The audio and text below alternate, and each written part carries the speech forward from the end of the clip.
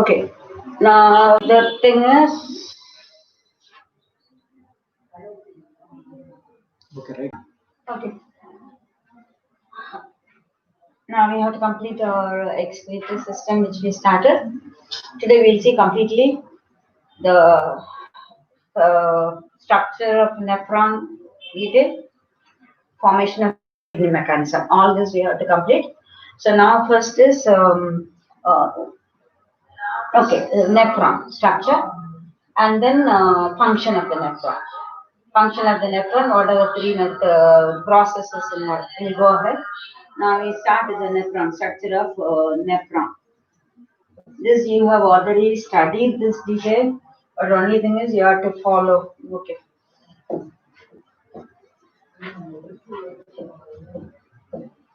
Nephron.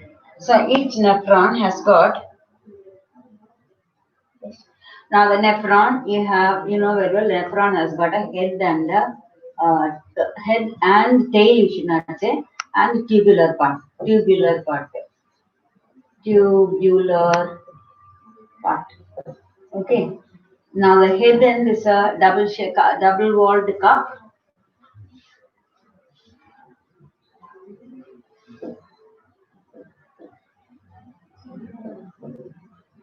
It is a double-walled cup-like structure. It's a double-walled layer. Okay. And this is a cup-like structure. That's a head. That's got a short neck, and followed by two. From here is the tubular part. Okay.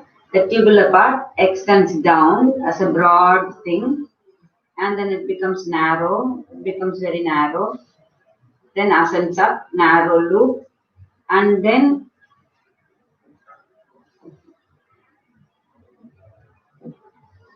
it's broader on top. Then it becomes narrow, narrows down, comes down. The narrow segment starts up to this, then it becomes broader back again. It ascends up. When it ascends up, it backs again, it forms a continuous loop. Then it comes down as a straight uniform duct. So this is the neck region, neck. Then PCT. PCT, proximal convoluted tubule. From the whole thing, from here to here is called Henle's loop. Henle's loop. But this Henle's loop has got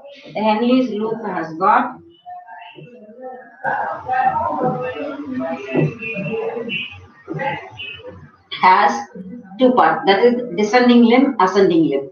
And you have got thick segment, thin segment. Now this is the descending limb, it's coming down, and the other one is ascending limb. Ascending limb, you have got thick segment and thin segment. Now this thick and thin, the Henle's loop itself, you can have two, ascending and descending.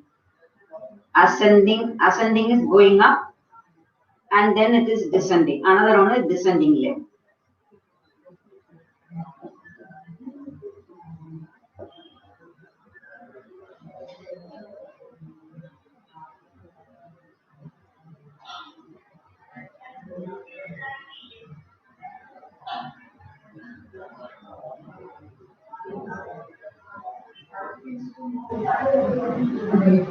Now ascending and descending limb, I have got a thick segment and thin segment. This is DCT, distal convoluted tubule, collecting duct.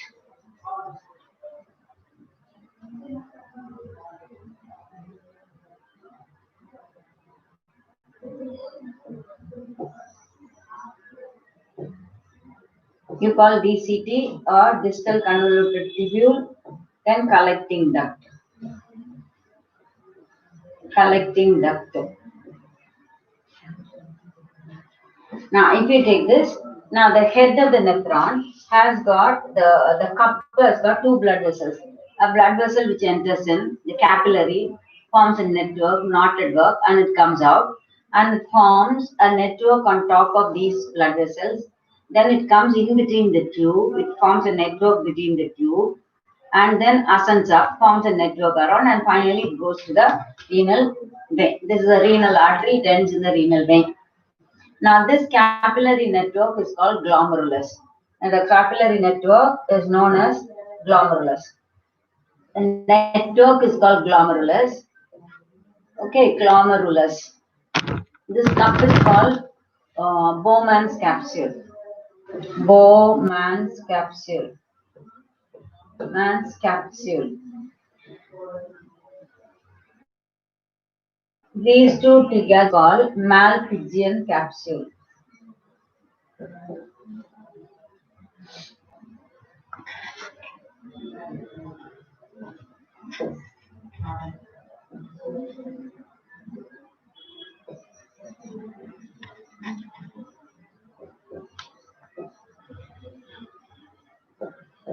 Malpighian capsule.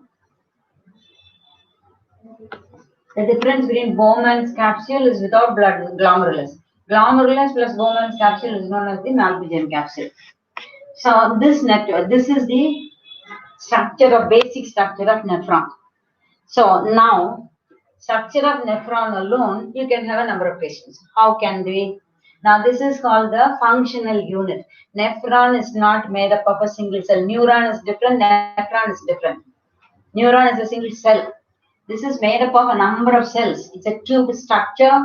Say if you take a structure, what I mean by that, suppose you have got the Bowman's capsule. It is lined by squamous epithelial cells. You have got cells.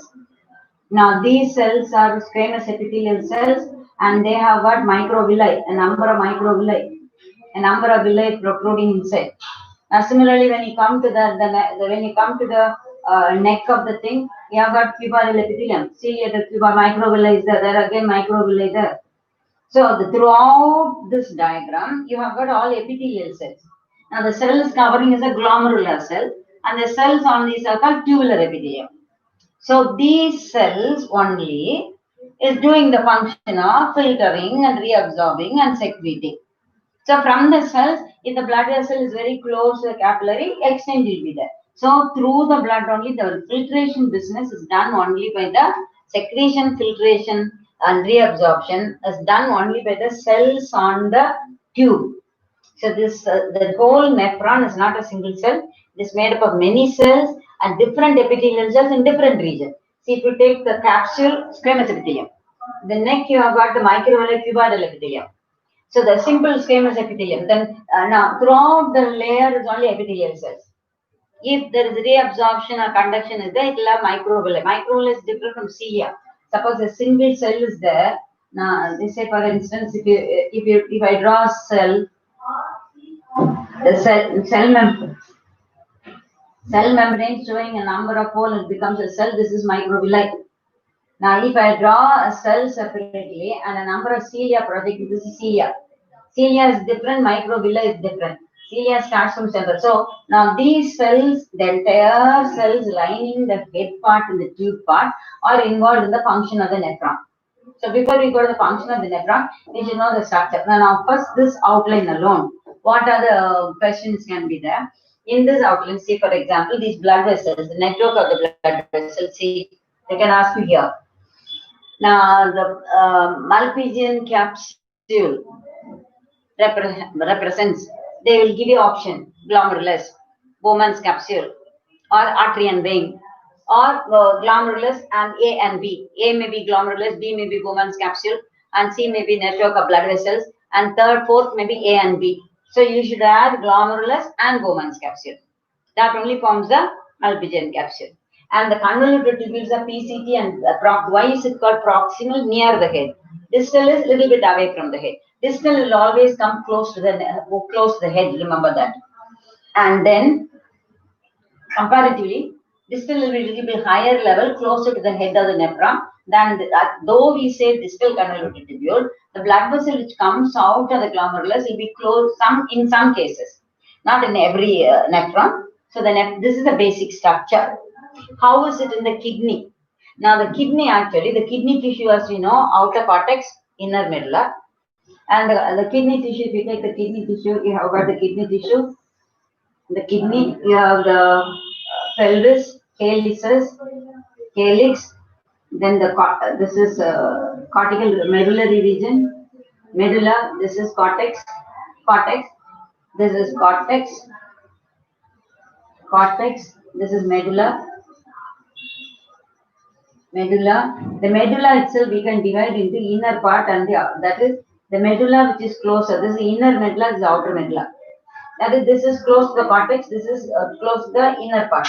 So there are nephrons. How are these nephrons placed? The head of the nephron will be in the cortex. The head part is here. See, if the Bowman's capsule is here, the head of the nephron is here, the neck and the convolution will be up, then it will come down, go up, loop, and then come down. So it will come down into the medulla. See, suppose a nephron is starting from here, only little bit of the loop will come to the inner medulla.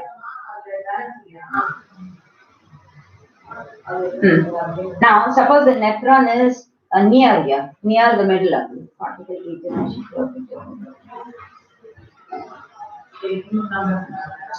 One second.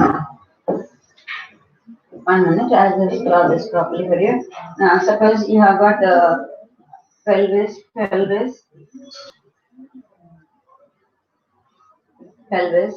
This is a medulla, inner medulla.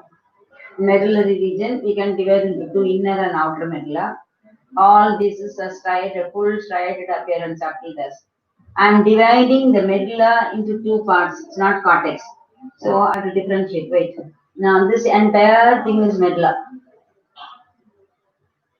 Entire thing is medulla. We can divide that into inner medulla and outer medulla. The whole place you have got the thread-like appearance. This is what we already saw. Renal pyramid. Renal pyramid, striated appearance throughout. The renal pyramids are there.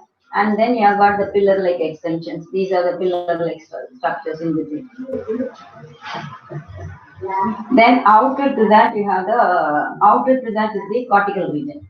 Cortex is outside. This is cortex. Surrounding that you have the capsule. This is the capsule of the kidney. Not blood vessel, it's a capsule. Capsule of the kidney. Right. Now in this, now if you take this outer part, now the head of the nephron will be here, and the proximal convoluted. Then the tail portion comes down. The loop comes. Then it goes up again twisting, and the loop comes. So the tube which comes down gives a striated appearance. So these, suppose the medulla is here, the entire loop will come down. Suppose the medulla is far away, the nephron head is here. So only so the nephron head is here, only the neck and the loop will be only little bit will come. Remaining will be there. So these nephrons which are closer to medulla are called medullary nephron. Which are away from the medulla is called cortical nephron. So nephron as it is, nephron closer to medulla, juxtamedullary. Juxta means near, or you can simply write medullary nephron. Near medulla. So the whole thing is medulla only here, nearby. It is in this area. In this area. Say it is here.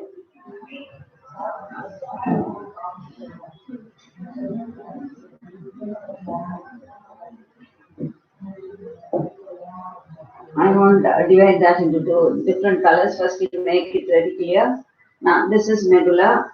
This is the cortex. Okay, keep it that way. So the nephrons which are here can come down deeper. It can come up like this. So all the tubes will come. The head is here. The tube is coming. Full tube is coming down. So in the cortex, what is the head and the PCT, DCT. The PCT and DCT. DCT. All these three are the cortical region. And the limb, these tubes, that is what Henle's loop.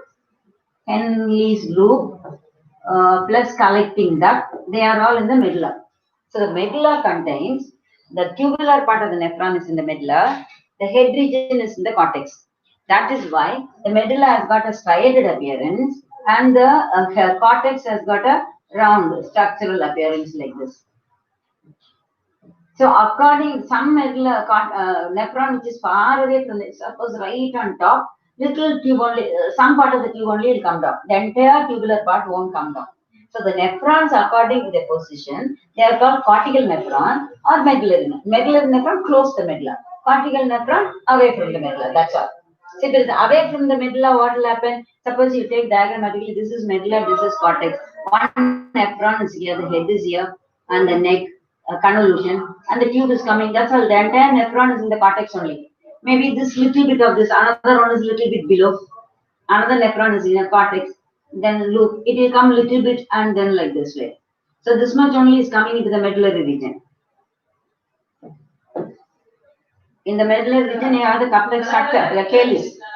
See, all these things will come. Suppose the nephron is here, the nephron is here, the head of the nephron is here.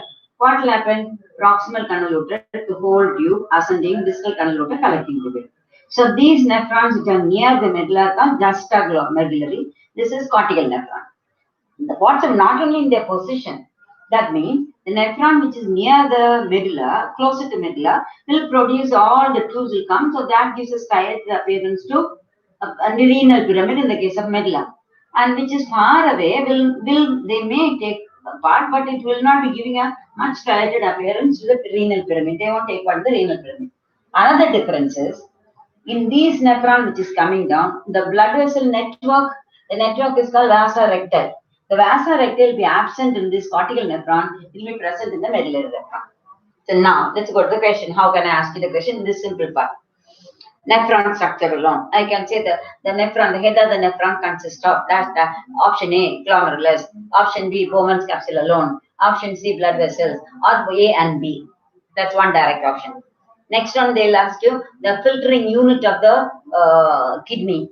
The filtering unit, functional unit of the muscle, we see functional unit, the alveoli has got functional unit in the lung. So the functional unit of the kidney is neuron. They add the word neuron because it sounds young. That is, neuron belongs to the nervous system, a single cell. Now this is a structure made up of many cells. So nephron or sarcomere, because in your textbook you'll be studying in the muscle sarcomere functional unit. So wherever the functional unit in human physiology, they'll put up the name. But you should know nephron is the functional unit. Then they will say the striated appearance is found in medulla due to option the ascending descending collecting tubule, due to the glomerulus, or due to PCT, DCT. Mainly the tubes will give the striated appearance. Another question. The renal pyramid is made up of option A, tubular part of nephron, glomerular part of nephron, PCT, DCT, which is the option, tubular part of the nephron.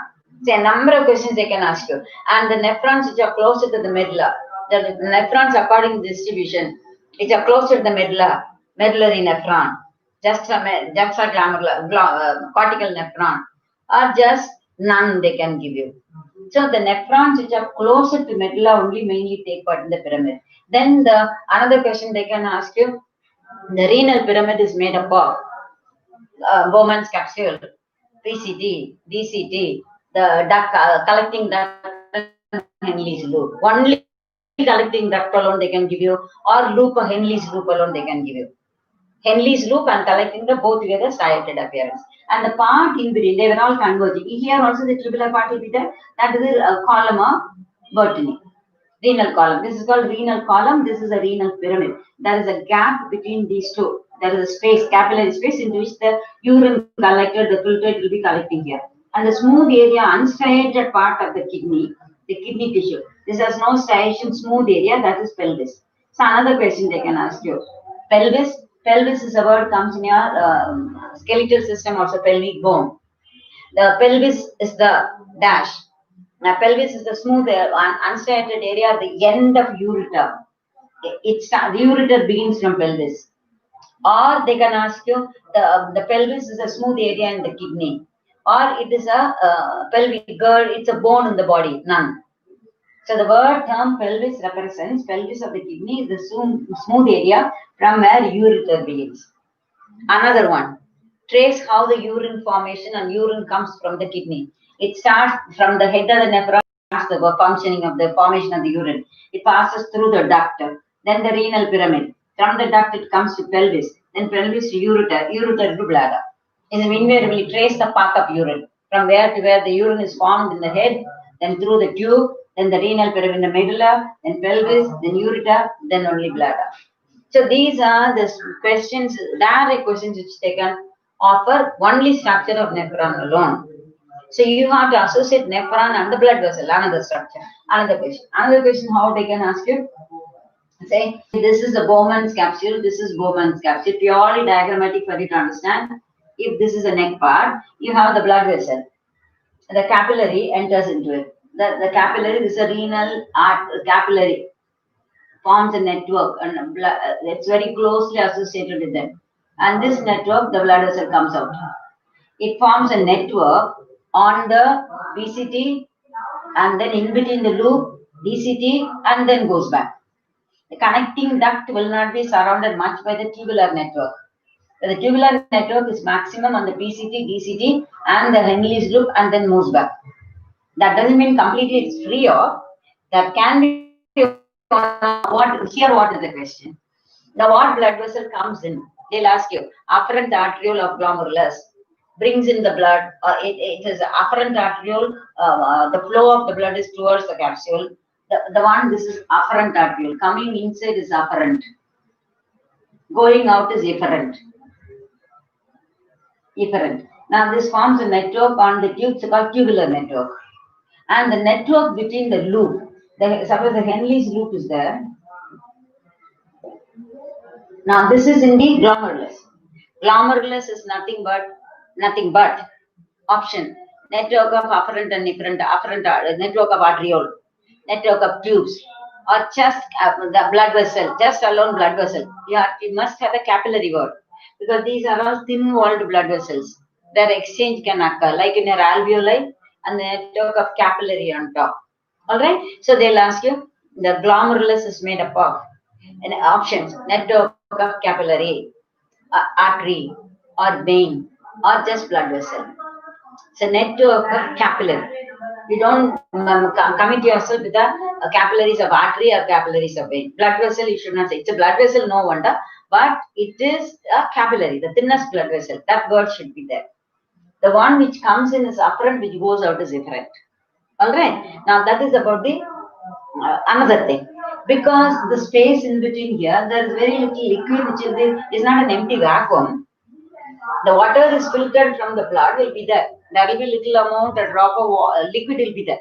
What is that liquid? Which is filtered from this, which enters into the Bowman's capsule. But the quantity of the filtrate here and the amount of the blood in the blood vessel is comparatively more in the blood vessel.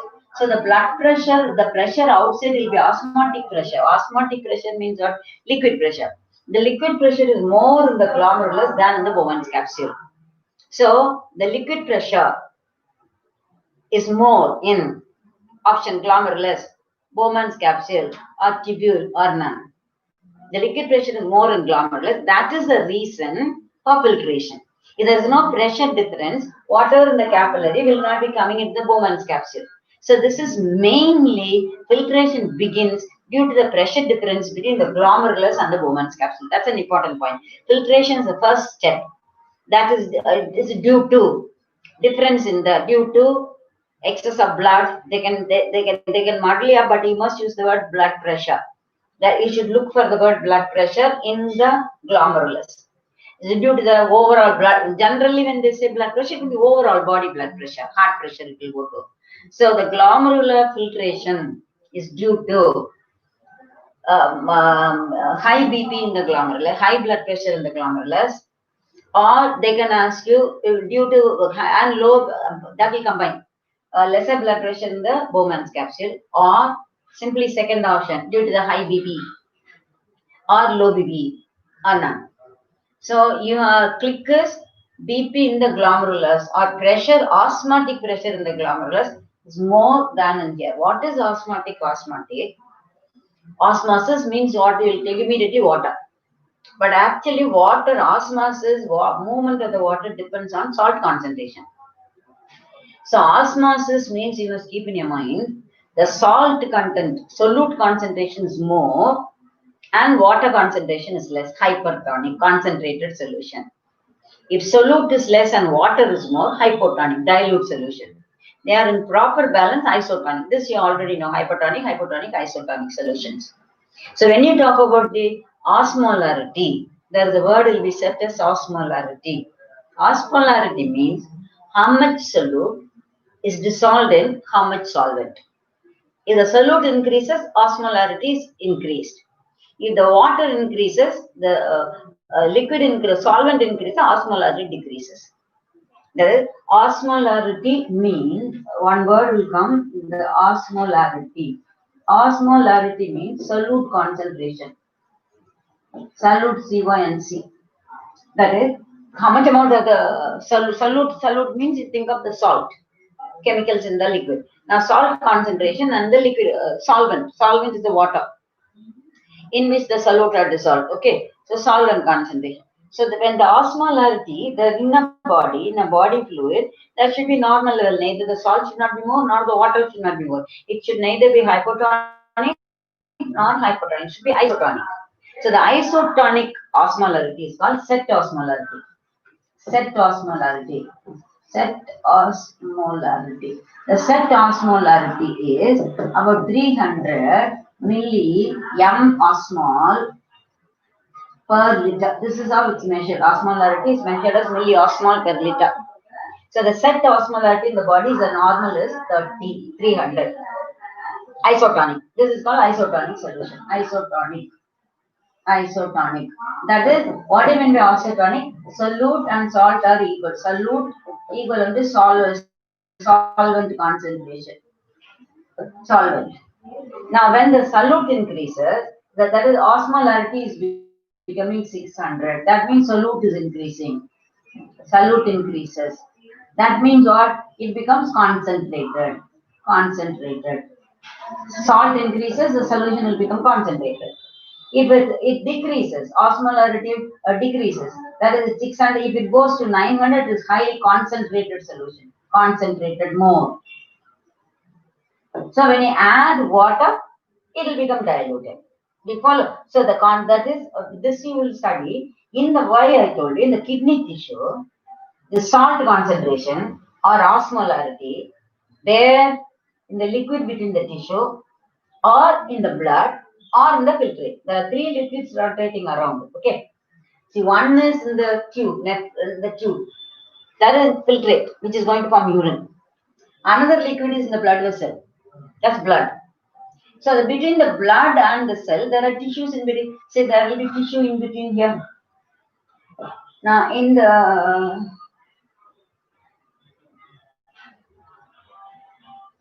see, this is here in between. What are there in between? This is one tube. Here you have got the kidney tissues. Then this is kidney tissue.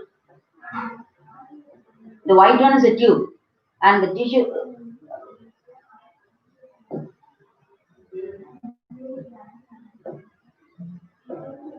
Suppose I take a tube, endless loop is coming down, another loop is going up, and proximal tube like this if it comes. What is in between? This is not an empty space. Now in this space you have got the tissue, interstitial tissue. This is the tissue over here. So there is interstitial fluid, extracellular fluid. Now this is called interstitial tissue. Interstitial tissue. In another word, the space between the tube is not an empty air space. It's filled with some tissue, connective tissue and some cells. So this tissue is a moist one. It's not a dry tissue packed up like a wood. So that tissue is called interstitial tissue. What are the interstitial tissues? Got tissue fluid or extracellular fluid. So one liquid is passing through. This is one liquid is passing through the nephric filtrate.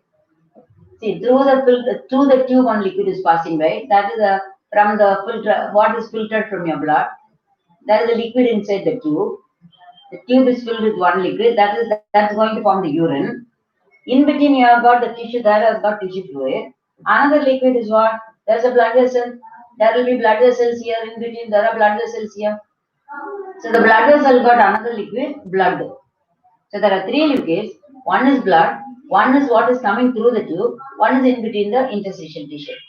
So what are the liquid there? Blood is one. Another one is a filtrate which is passing through the nephron. Another one is a tissue fluid. The tissue fluid. There are three liquids in the whole tissue. So when you talk about, why am I telling you? When you talk about the osmolarity, that is salt concentration. That should be proper salt concentration in the blood. There is osmolarity for the blood. There is osmolarity for the nephron, the filtrate. That means what? Blood may become concentrated or blood may become diluted. So the filtrate may become concentrated or filtrate may become diluted. At the same time, the tissue fluid may become concentrated, tissue fluid may become diluted. So these liquid salt concentration will change. That's what we mean by osmolarity. Do you understand? Now let's come over here. Now, instead of that, this is you have got set osmolarity in the blood and body fluid is 300 milliosmol. If the concentration increases, whatever, whether it's a blood or anything, particularly in the case of nephron and the tissue fluid, solute concentration increases, the liquid will become concentrated. The liquid can be blood or liquid can be filtrate or liquid can be a tissue fluid. If the concentration increases, it will become more concentrated. If the salt concentration decreases, it will become diluted. So tissue fluid can become diluted. Water increases salt. Then the particular area will swell up. That's what we mean by edema. Now, when the blood gets concentrated, when will it be concentrated? When the blood vessel, the flow will be slow, and when blood volume increases, it will become diluted blood. Blood volume decreases, it will be more concentrated or thick. So the concentration will, when the blood pressure will increase, and when the blood is thicker or concentrated, blood vessel is narrow, PP increases, more blood flow will be there. When the blood vessel diluted, blood volume increases, then the BP will decrease. So both all the three, osmolarity will change. What you have to understand? Osmolarity means salt concentration. Simple language. Solute concentration, technical language. That we know which are the three fluids: blood, interstitial fluid or tissue fluid, or lymph. And another, in the case of kidney, one more liquid is passing through, that's a filtrate, which is going to form the urine. So in all these three liquid will have certain amount of, all the three liquid can be concentrated, diluted, or normal. Normal is called isotonic, concentrated hypotonic, diluted hypotonic. That's all basically. So what is to be normal osmolarity? Normal concentration, that's called set osmolarity for our body, that is 300. How is it measured? Milliosmol per liter. So set osmolarity is 300 osmol per liter. As the solute increases, the osmolarity will increase. That means salt concentration increases. That means the solution becomes more concentrated. Okay. Now this is about the liquid. Now let's come over here. So please understand this word, because when the functioning comes, we have to proceed. Now let us come to this kidney nephron alone. We are concentrating on the questions on nephron. Glomerulus, they can be a nephron. Bowman's capsule can be nephron. Okay. Now the liquid part alone, we can say osmolarity of the blood. The BP or the blood, pressure in the blood vessel in the glomerulus is more than the pressure in the osmotic pressure in the case of Bowman's capsule, or equal to that in Bowman's capsule, or lower than the Bowman's capsule. It should be higher, then only filtration can occur. That's one question. Glomerulus alone, glomerulus is a not top. Then which blood vessel comes in and which vessel goes to the blood vessel which comes in? Or they can ask you, glomerulus is made up of afferent and efferent arteriole, artery only, not veins, arteriole. But if you remember lung, you'll have a artery as well as venule. Both are continuously there around the alveoli. But here, glomerulus is mainly arteriole, capillaries of artery. So the artery which comes in is afferent, which goes out is efferent. So they can ask you, glomerulus is made up of afferent arteriole, efferent arteriole, venule, blood vessels, or none, or tubules, microtubules. They can ask you microtubule. So glomerulus is nothing but network of capillaries. Afferent and efferent capillaries. Don't even stick on to blood vessel. Capillary is a correct word. Only one type, arterial capillary. Alright, that is only the structure alone. Then what happens? The blood vessel forms a network on the PCT, DCT, and in between the loop. Alright, network in between the loop, and there is not much network around the collecting tubule. That could be another question. The tubular network is hardly present. There is very little in DCT, PCT, Henle's loop, collecting duct. It's very little on the collecting duct. The maximum network I'm talking about after coming out. Glomerulus are not of network. After coming out of the thing, that's called tubular network. This is glomerulus. The other ones are called tubular network. Tubular network. What do you mean by tubular network? It forms on the tube, either in the PCT or DCT or Henle's loop. So tubular network. The maximum tubular network is in between the Henle's loop. Okay, now to repeat again. Now first we saw the structure of nephron, distribution of nephron, and distribution of nephron away far right on the cortical nephron, closer to the medulla, medullary nephron. What is the difference between them? Medullary nephron, all the tubes will be in the medulla. Another question. The part of the nephron which is found in the cortex. Option. Bowman's capsule. Next question. And Bowman's capsule and Bowman's capsule, they won't be there. Bowman's capsule and glomerulus. Double they'll give, okay? First option is the part of the nephron found on the cortex. Bowman's capsule and glomerulus. PCT and DCT, second option. Third option, Henle's loop and DCT. Fourth option, collecting duct. Whatever they give, you must keep in your head only three parts. The head, PCT, DCT. Head has got what? Bowman's capsule and glomerulus. Both together is called Malpighian capsule. So three parts in the cortex and three tubes in the medulla. What are the three tubes? Descending limb, ascending limb, collecting duct. Three tubes down, three parts up. Three round structure out, three tube structure down. The tube structure are descending limb, ascending limb, collecting duct. Which are the round structure on the cortex? Head, PCT, DCT. That's another question they can orient. Then renal pyramid is made up of head part of the nephron, tail end of the nephron. General. Instead of that, they can't give you much option. So renal pyramid has striated appearance because of number 1, Bowman's capsule. Number 2, PCT, DCT. Number 3, only collecting duct. Number 4, Henle's loop and collecting duct. So Henle's loop also should be the collecting duct also. So you should be very clear of this facts. Any manner they test you, then you will be able to answer. Now osmolarity means the salt concentration in all the three liquids, in the tissue fluid, as well as in the blood, as well as in the filtrate. Now this is what it means by osmolarity. Okay, these are the questions related to only to the nephron. Now you have to come to some other blood vessel, one more part. This is about the nephric structure. Okay. Now about the blood vessel, how can it be? See.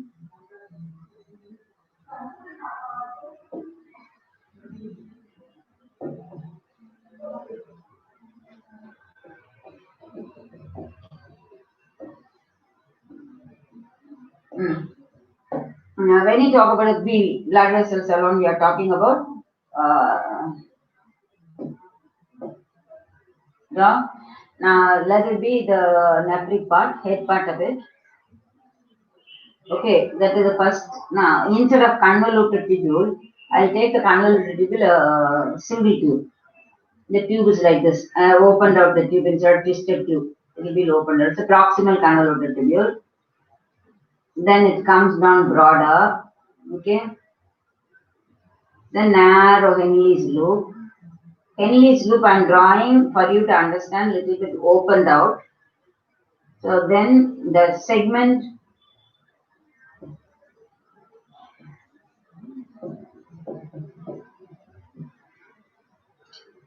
see this broader area should be little bit above, then narrow should come down. Okay, narrow. Then the narrow will be less here when it goes up, and the broader will be long. This is long. Okay. Now then next is your what is that? What you have? Narrow is lesser. Then the broader region increases more. It comes up. Then the next loop, that's the distal convoluted tubule. This is collecting duct. PCT, DCT, Henle's loop, head. Now when you talk about the blood vessel it comes inside. Once it comes out, forms a network on top. Then it goes outward like this way. Then it comes up. and it comes down and goes to the blood vessel. See, the network, this forms a network inside. But the one when it is entering into the loop, it will go to, this is descending limb. Now what is this one? This is descending limb. This is ascending limb. So the blood vessel which comes inside goes near the ascending limb. Then it takes a twist and comes near the descending limb. So the blood vessel when it goes, so what is this one? This is afferent artery. Afferent artery. Now this is efferent artery. The efferent artery, this proximal convoluted tubule, invariably will come close the efferent artery. Then this tubular network, this one blood vessel will run directly parallel to this. Suppose the Henle's loop is like this. Purely diagrammatic. Say the Henle's loop is like this, narrow. Then like this, the blood vessel which enters into the loop will enter like this outside, parallel to that, and then it ascends up. Then it goes up. Now here this one will proceed with what? This will be the distal convoluted tubule. Okay. Then collecting duct. So what is passing through? This is not an empty space. What is here? Here interstitial tissue. You have got the tissue inside. Here and all you have got the tissue. A tissue fluid there. All over here you have got the tissue. All over here and all you have got the tissue. So keep in your mind there are three liquids. One is passing through the tube. That is here. That is the nephric filtrate. That's going to be the urine. This is it is coming down. The green color is coming down and going up. The root is up. Here the green is going up. But in the case of blood vessel, how it is? The blood circulation, the blood is coming down. Here it is down, here it is going up. So in the tube, the direction is downward, in the blood it is upward. Here the direction is upward, blood is downward. So the downward direction here, this one is upward. So the blood vessels itself, this network in between the tube is, it forms a it's called vasa recta. The network between the network inside the head is glomerulus. And when the network of the blood capillaries all over is called tubular network. In the tubular network, maximum network will be between the loop. So what is between the loop? The blood vessel which is coming out from the glomerulus, and it makes a network on top of the BCP. Then it enters into the loop. In between the loop, it's a small, see diagrammatically I am explaining, but don't imagine it will be so great. It's like a hairpin bend. It's a small, narrow capillary space. So when it is entering in, now the entering in the inward flow is closer to the ascending limb. The blood which is coming down is downward, it is closer to the ascending limb, where the blood is moving, the network is going up, the filtrate is moving up. Here the flow is upward inside. Now here the flow is downward. So what is the blood actually? Blood is moving upward here.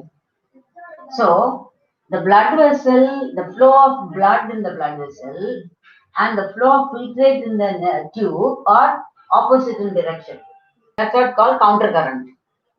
So the blood network, when you talk about the network is not smooth, simply all over, it's not blood capillaries running all over and covering it up. The capillary in the head is a knot, bunch of network. Then it forms a peritubular network. When it becomes the Henle's loop, it forms a vasa recta. What is vasa recta? The entering blood vessel, blood is flowing down. It is close to the tube, where the ascending limb of the Henle's loop.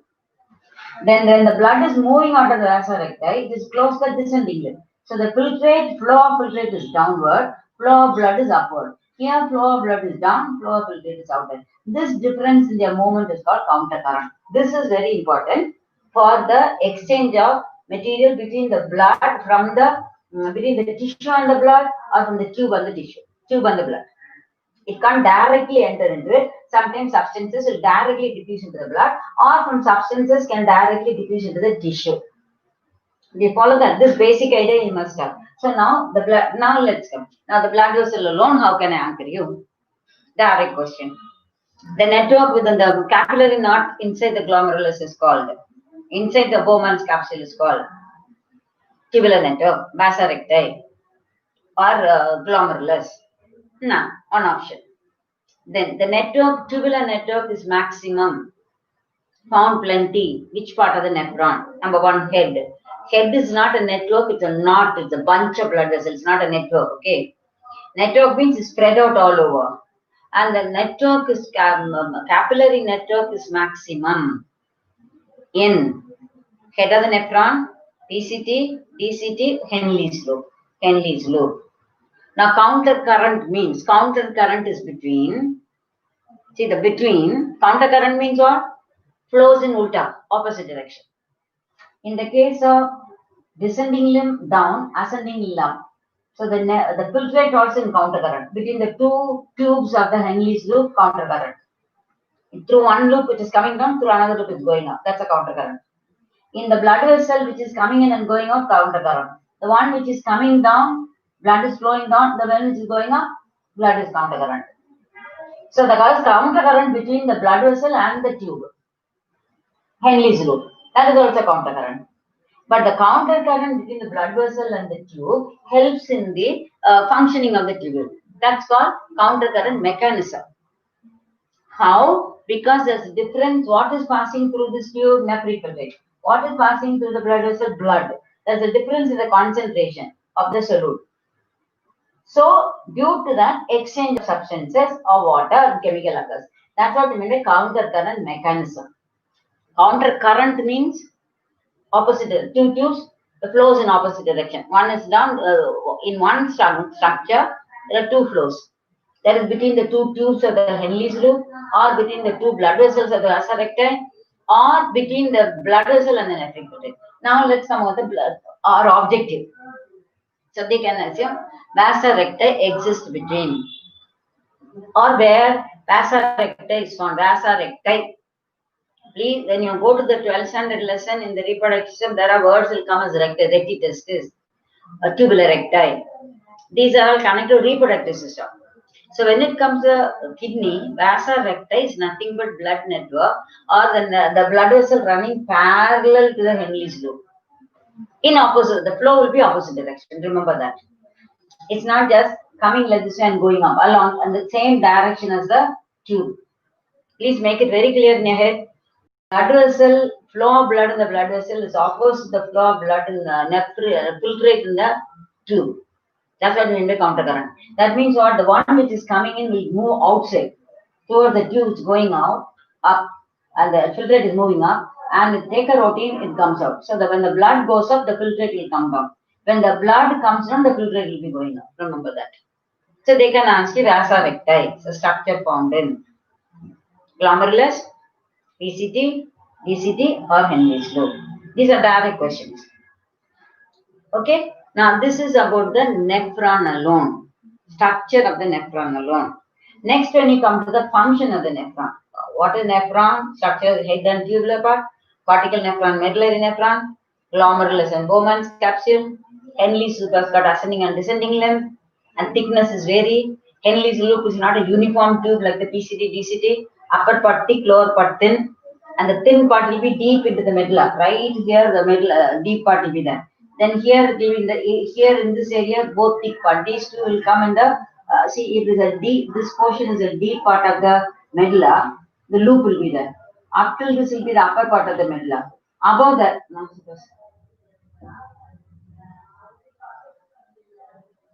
now, suppose I cut it up till this is deep medulla. Up till this will be in the outer medulla. From here it will be cortex. So the whole kidney tissue, head PCT, DCT, head PCT, DCT, this much is in the cortex. Now from these thick two limbs will be in the upper medulla. This is called inner medulla. Inner medulla,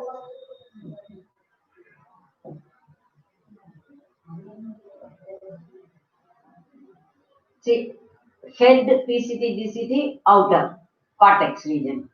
Now this two tubes, the thick segment of the descending and ascending limb, inner medulla. And the loop will be in the, now this is the outer medulla. Now this is inner medulla. Why am I telling you this? The tissue is there. Osmolarity in the tissue will vary from here to here. So in their position also, the nephron will be different. So you should ask another question. The cortex, the head and the PCT occurs in medulla, cortex, pelvis, or in, we can say near the medulla, at the periphery. See, the cortex and the head PCT, DCT is only in the cortex. The two segments of the Henle's loop in the outer medulla. This will be inner medulla. Not only their position, the osmolarity, the salt content will vary from all the three. Upper part will be the set osmolarity. Outer medulla slowly will increase. It will become 600 here. When it comes here, 900. When it comes deep, it will be 1200. End of the medulla before the pelvis, 1200. So the osmolarity will change accordingly. Outer part, the cortical region will be 300. Outer medulla will be 600. 2, it's not exactly 602. Then 900 will increase. If we go down deep into the medulla, it will be 1200. That means what?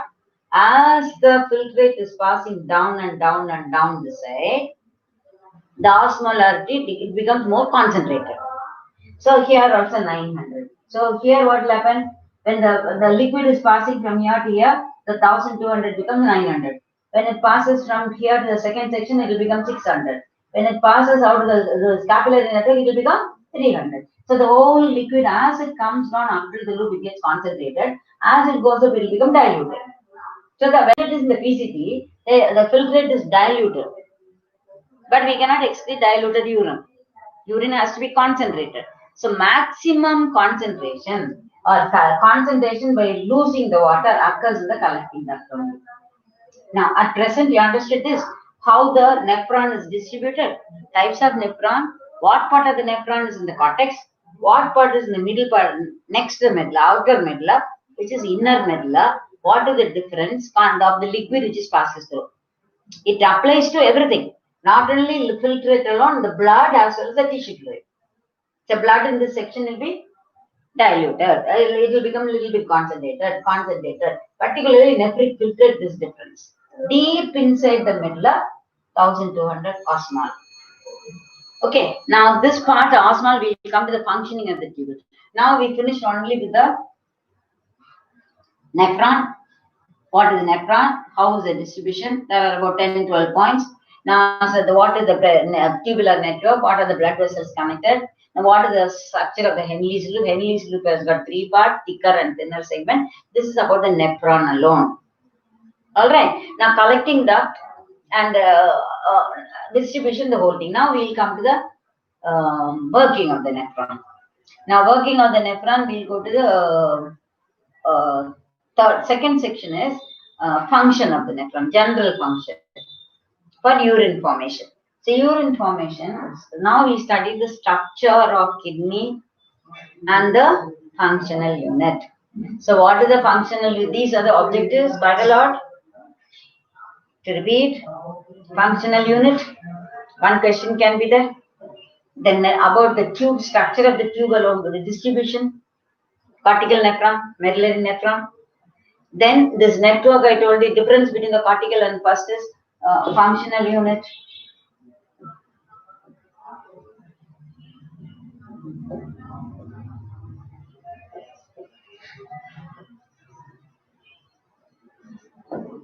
Functional unit of kidney is nephron. Then distribution, where it is distributed, near medulla or away from medulla. Then you have got which is in the higher position, part present in the parts in cortex and medulla. Which part of the nephron is in the cortex and which part is in the medulla? Cortex and medulla. Okay, that is PCT 3 round. Head, PCT, DCT, cortex, tubular part, medulla.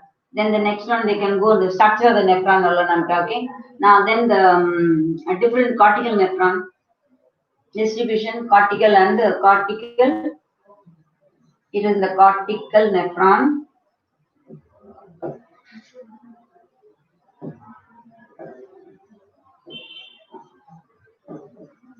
And medullary.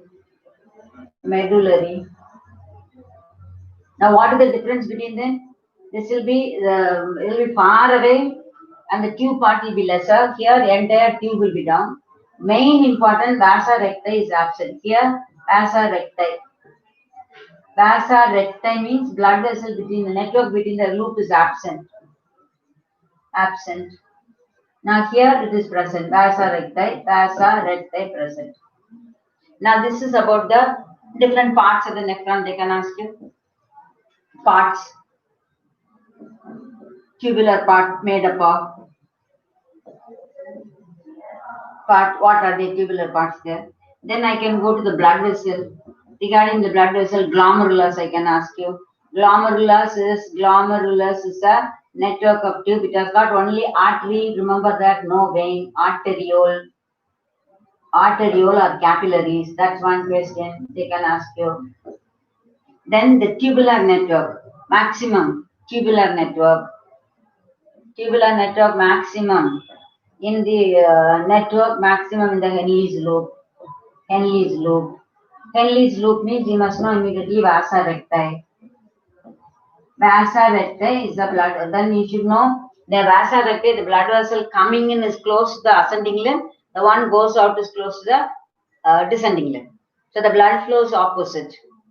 Okay, then that when the function that is called counter current. Vasa recti, counter current.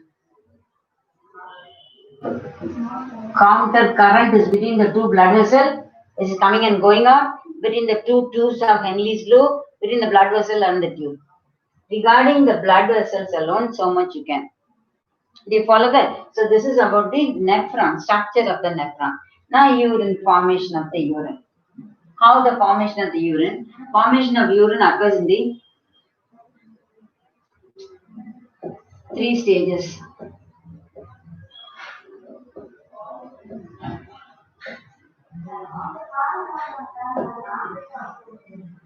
First is filtration.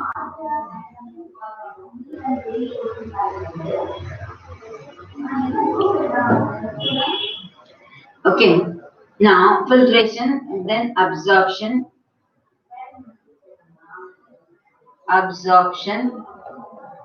then secretion.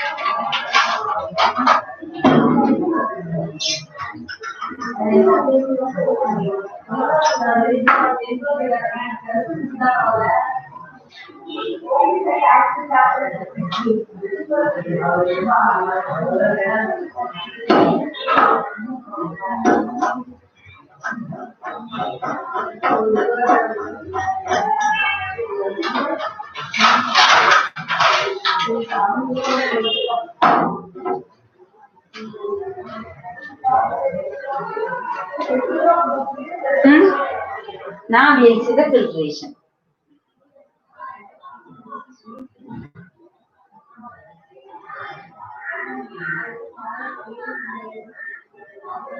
Now filtration first. Where does the filtration occur? Filtration, first you should know how filtration is mainly very well by 2 methods, active and passive manner. Okay, now where it is filtered, filtration occurs in 2 ways, that is by active, very well active and passive. What is meant by active and passive? Filtration means passing from one area to the other area through a filtration membrane. Active filtration means active filtration using energy.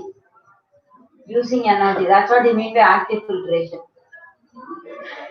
Using energy against concentration. What is against concentration? Now, when the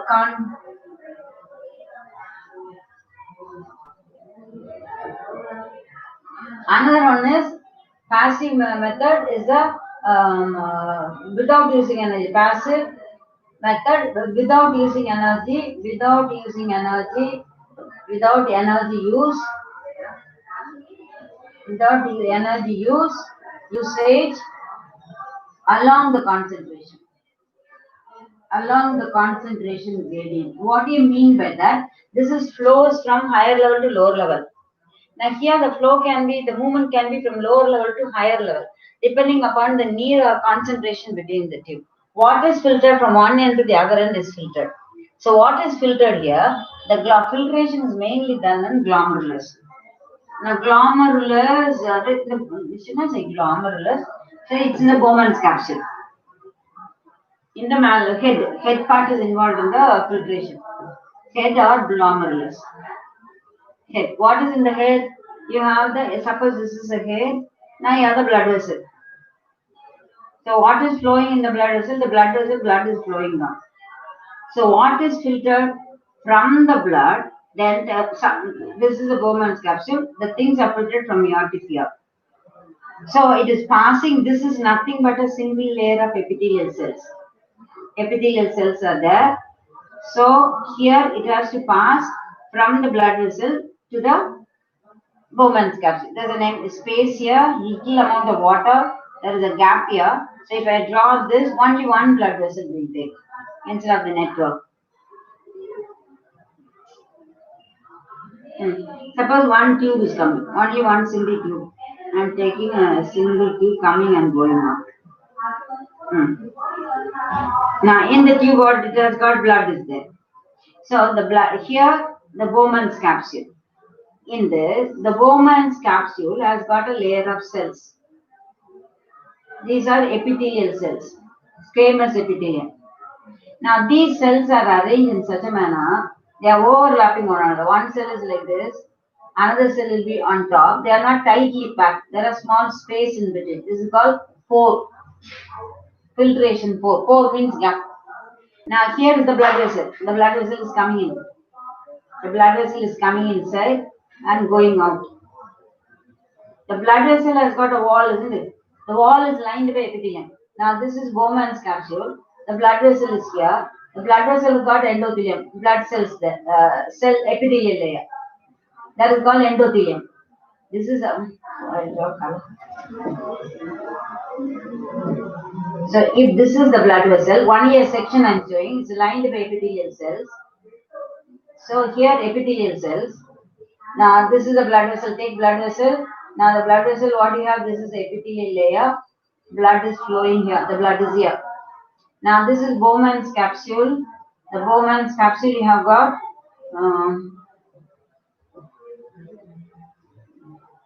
Bowman's capsule is coming down like this. It is like this covering here. This is Bowman's capsule. Now here you have got the cells. So there is a gap. The blood vessel is continuous. Okay. So the blood vessel is continuous like this. So here endothelium of the blood vessel, endothelium of the one layer of blood epithelial tissue.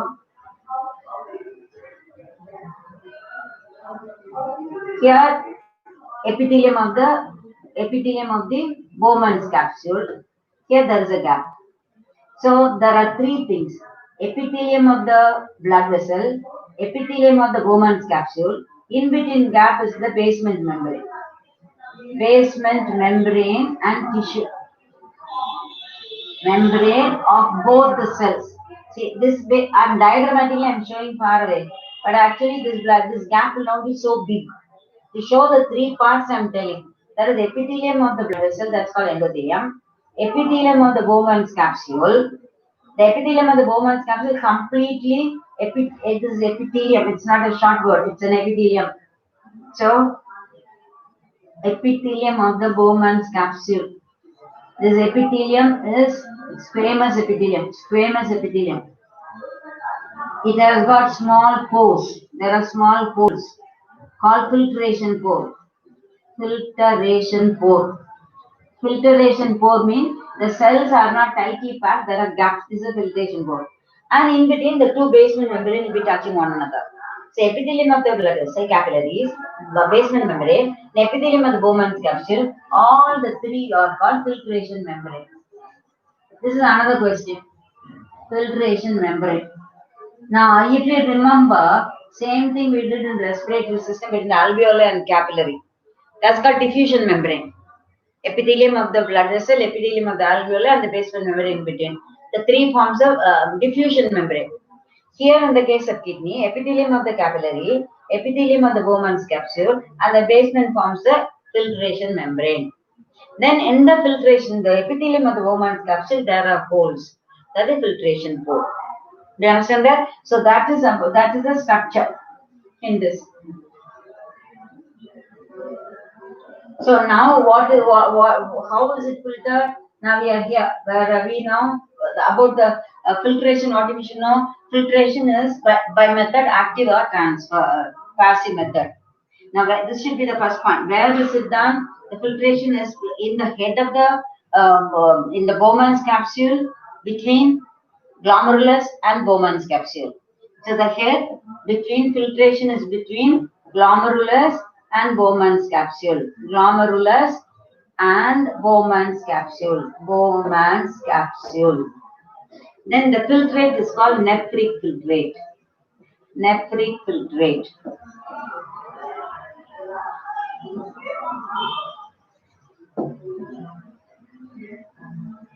Alright, nephric filtrate. And there it is passes through filtration pore. Filtration pores. Pores are pits on the glomerulus. What is filtered? Now let's go to the three process. What is filtered? The entire blood plasma. Now filtration is the first step. Then second point you should know what is filtered. Now filtrate is nothing but entire blood plasma, without cell, without the blood cells, without protein or blood cells. Or blood cells. Blood cells. Then how much is filtered? The filtration rate is about say 125 milliliter per minute. This is called a filtration rate, nephric filtration rate. This is one of the question. What is the rate at which this filtration occurs? So 125 ml per minute. If we calculate, it will be about 1.8 liter per hour, liter per day. It will come. That is, you have to multiply that into 60, that into 24. You'll get 1.8 liter per day. That is so much is a filtrate. But out of the 1.8 liter per day, now per day it is filtered. Okay. Now this is called nephric filtration rate. Now this another thing is, this is about the filtration alone. Filtration is done by active method and passive method. They'll ask you what are observed filtered by active method, what are observed with the passive method. Now filtration mainly active method is very less. Actually, it is mainly by the this one.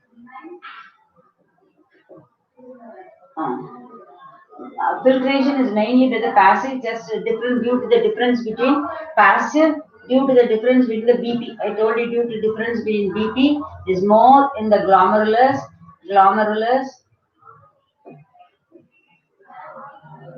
BP is more in the glomerulus.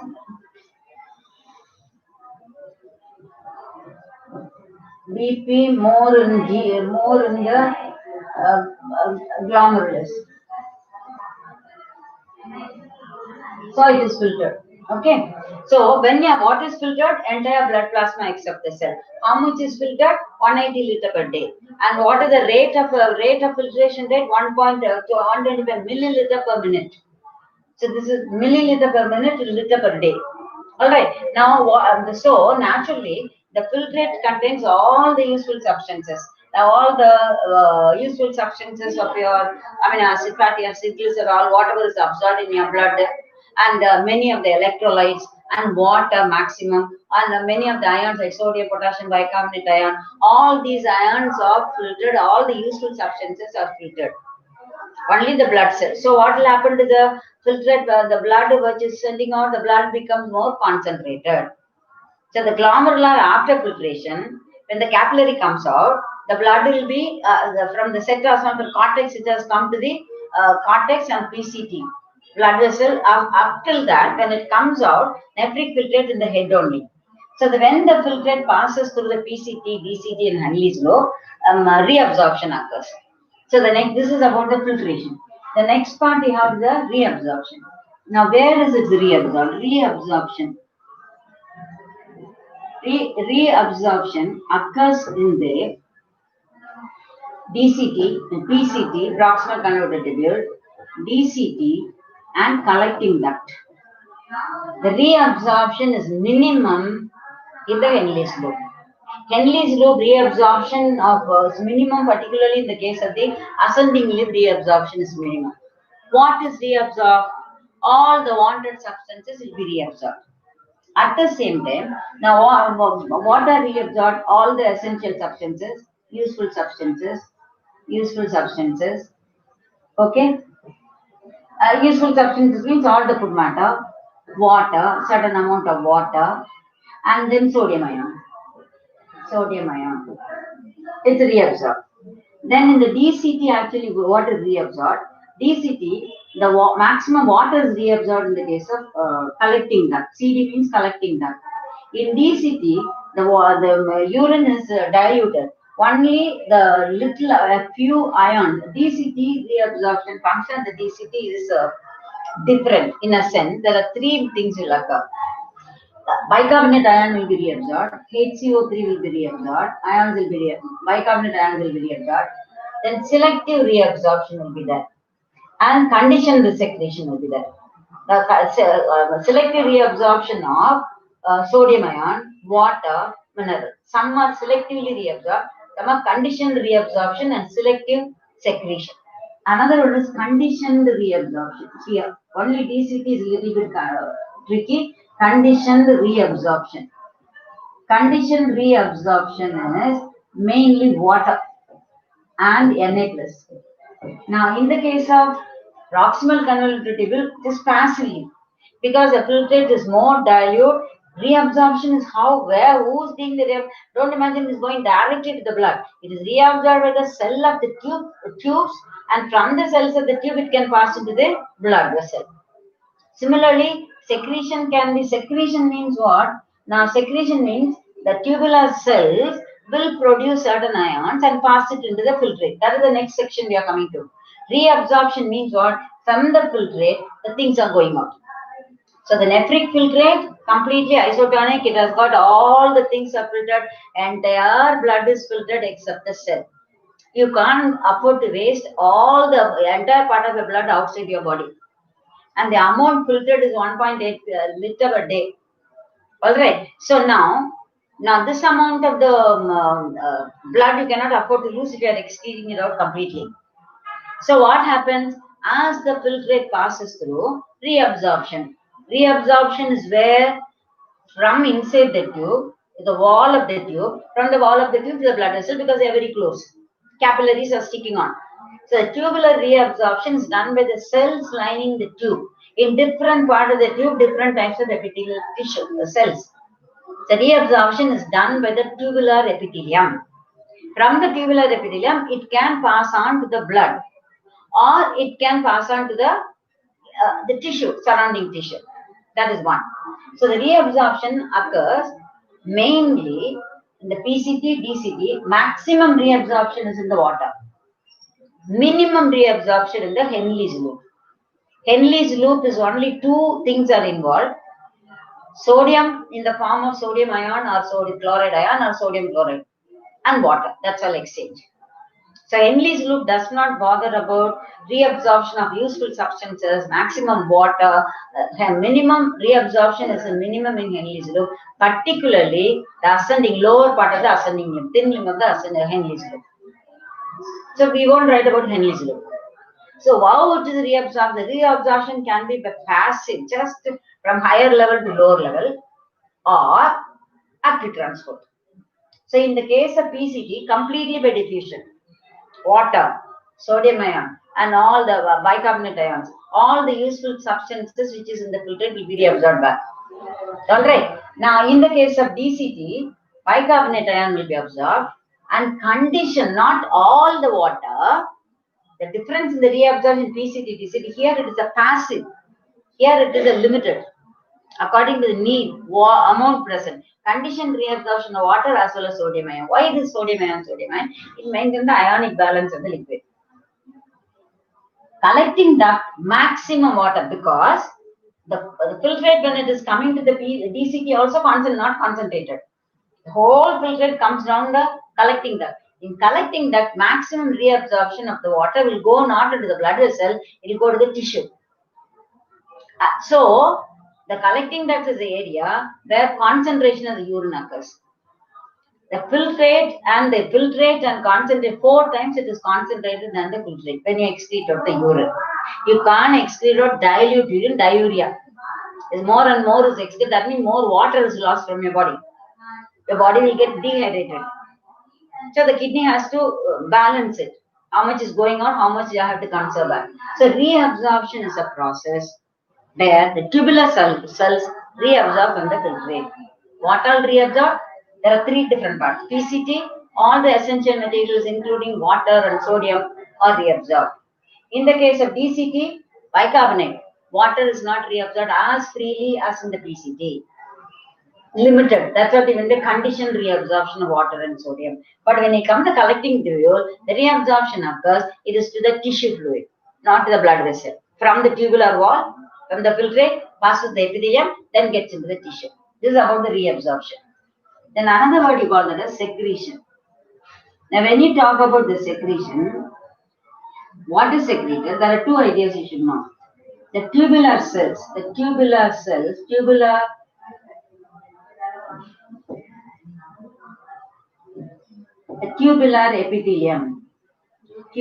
epithelium secrete, tubular epithelium means what? The cells lining the tube, epithelial cells, secrete only ions, not a liquid or a juice.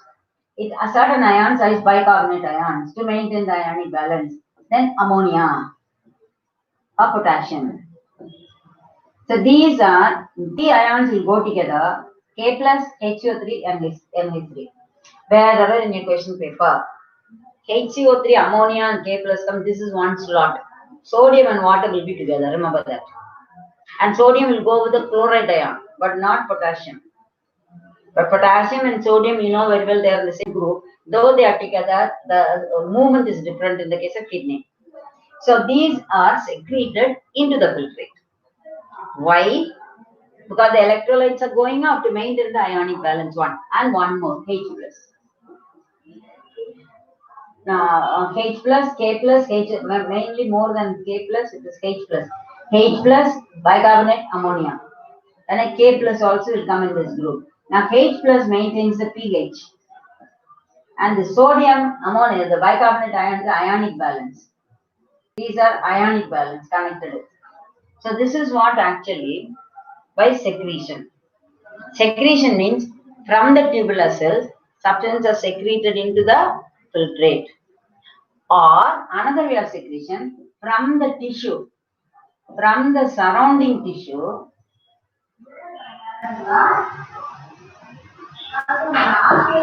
as a tissue fluid, certain things can be secreted from to the filtrate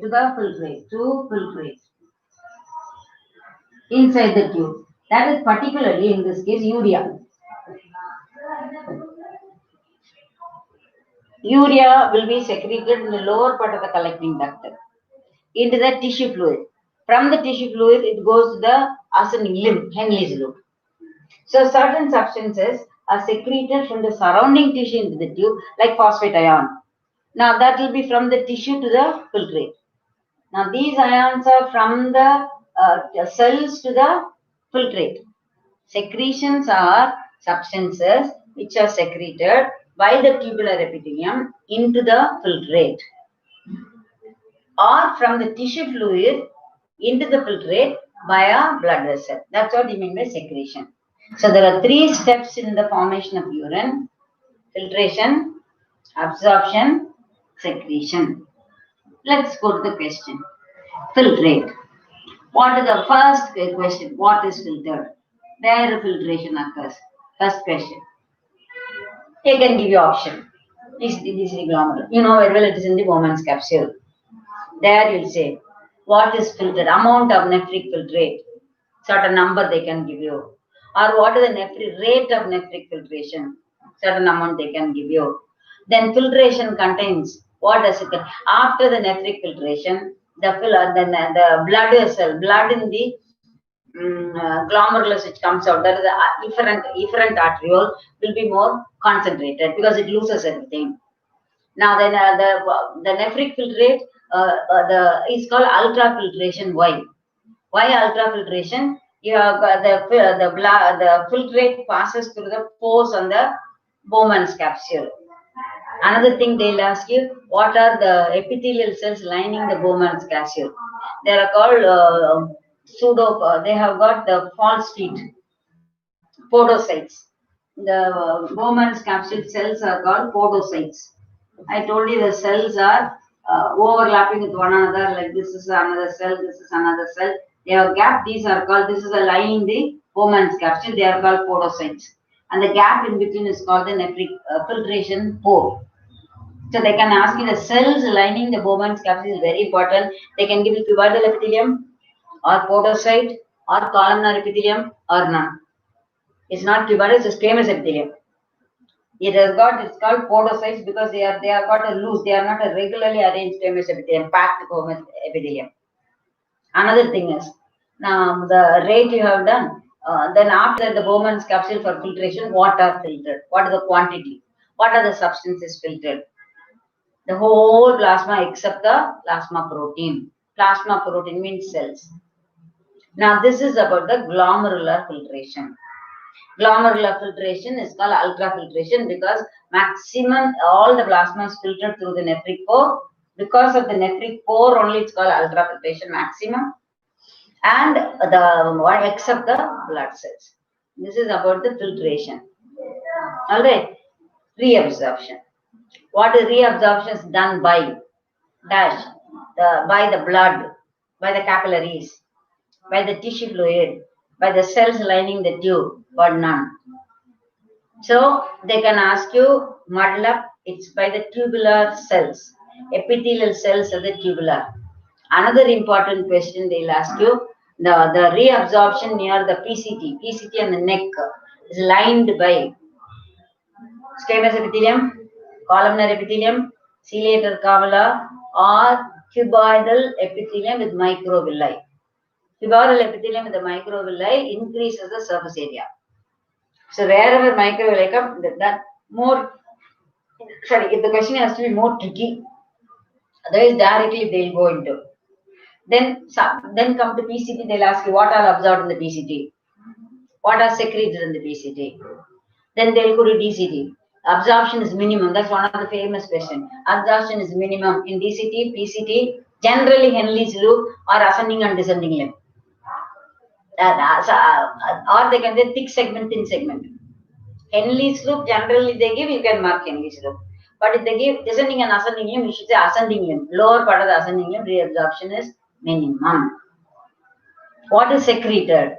Secreted from the tissue is secreted by the tubular cells or all this, particularly the hydrogen, bicarbonate, ammonia. What is the reason? Maintaining the ionic balance.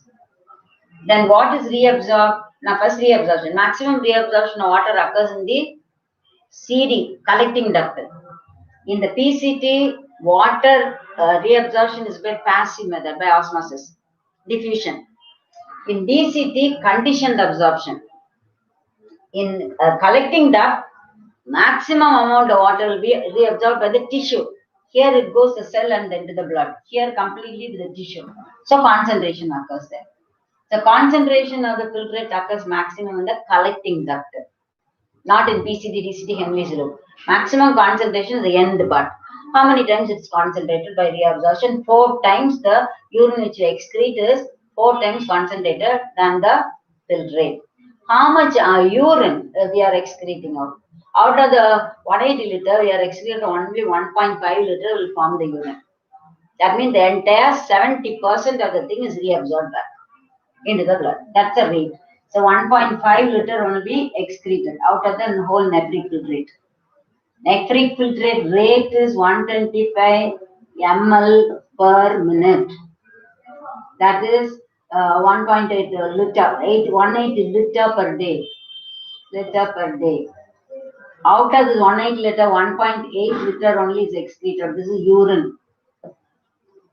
There is 70% of the filtrate is actually reabsorbed back into the body. Reabsorbed back into the body. Is it clear? These are the three major functions of the formation of the urine. The steps in the formation of the urine is filtration, reabsorption, and secretion. Alright? Now we'll go to the next one will be function of the tubular function. Once again.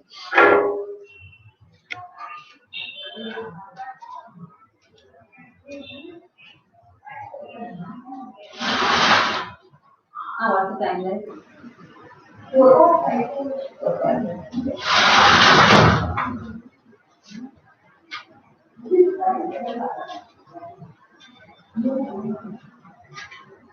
Now the function of the tube along with the filtration, I told you what happens in PCT, Henle's loop, and the thing. Then we have to see about the counter current. What is counter current? What is the role of Henle's loop? Then that will end the functioning of the kidney. How urine forms. Then urine and urine water, how the mixturation. Then the other excretory. That will be the last part. I'll see you in the next class. Okay, thank you.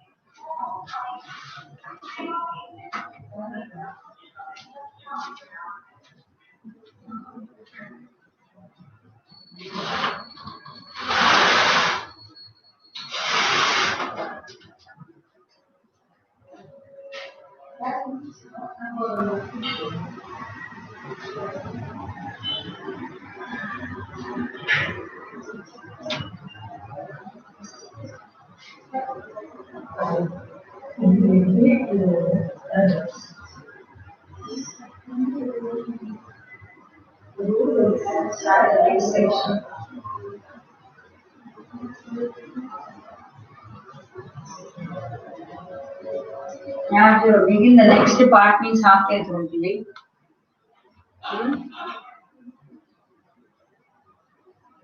Is there?